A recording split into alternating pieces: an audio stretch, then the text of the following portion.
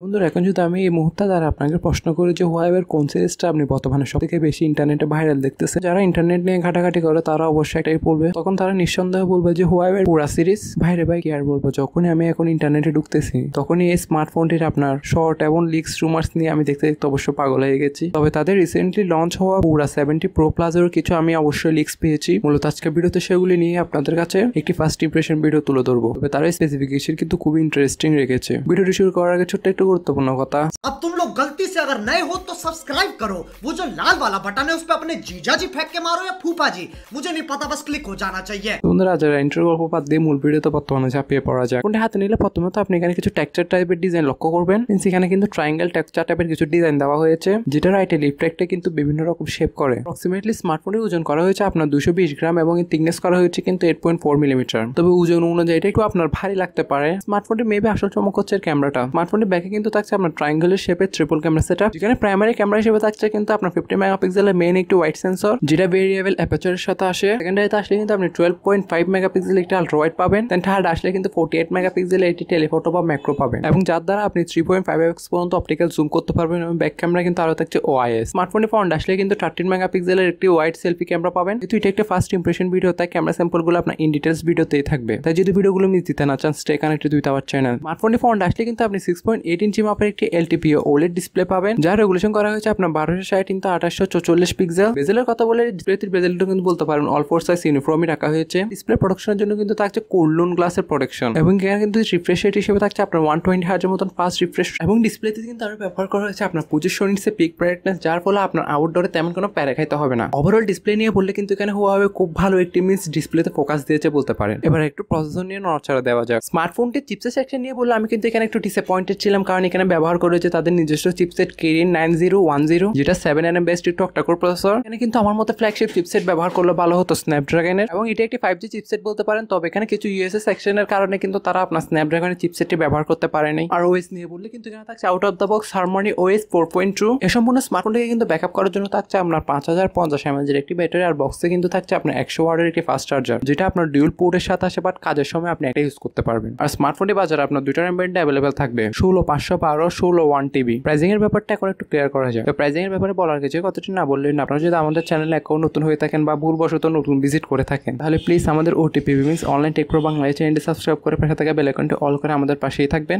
ভিডিওটি একটি লাইক দিবেন আর সবার মাঝে শেয়ার করতে অবশ্যই ভুলবেন না। স্মার্টফোনটি প্রাইস চায়নাতে রাখা হয়েছে কিন্তু 7999 চীনি ওয়ান, যেটা আমি ইন্ডিয়ান টাকা কনভার্ট করলে হচ্ছে আপনার 92,300 রুপি। বাংলাদেশি টাকা কনভার্ট করলে অলমোস্ট অ্যাপ্রক্সিমেটলি 1,30,000 টাকাতে গিয়ে দাঁড়ায়। তাই আপনারা অবশ্যই বুঝতে পারছেন যে স্মার্টফোনটির প্রাইস কিরকম হতে পারে। তবে লঞ্চিং ডেট সম্পর্কে এখনো তেমন কোনো তথ্য পাই নাই। সব নিয়ে খুবই শীঘ্রই আমি হাজির হব। তাই ভিডিওগুলো যদি মিস দিতে না চান, আমাদের চ্যানেলটি সাবস্ক্রাইব করে পাশে থাকা বেল আইকনটি অল করে আমাদের সাথেই থাকবেন। ধন্যবাদ।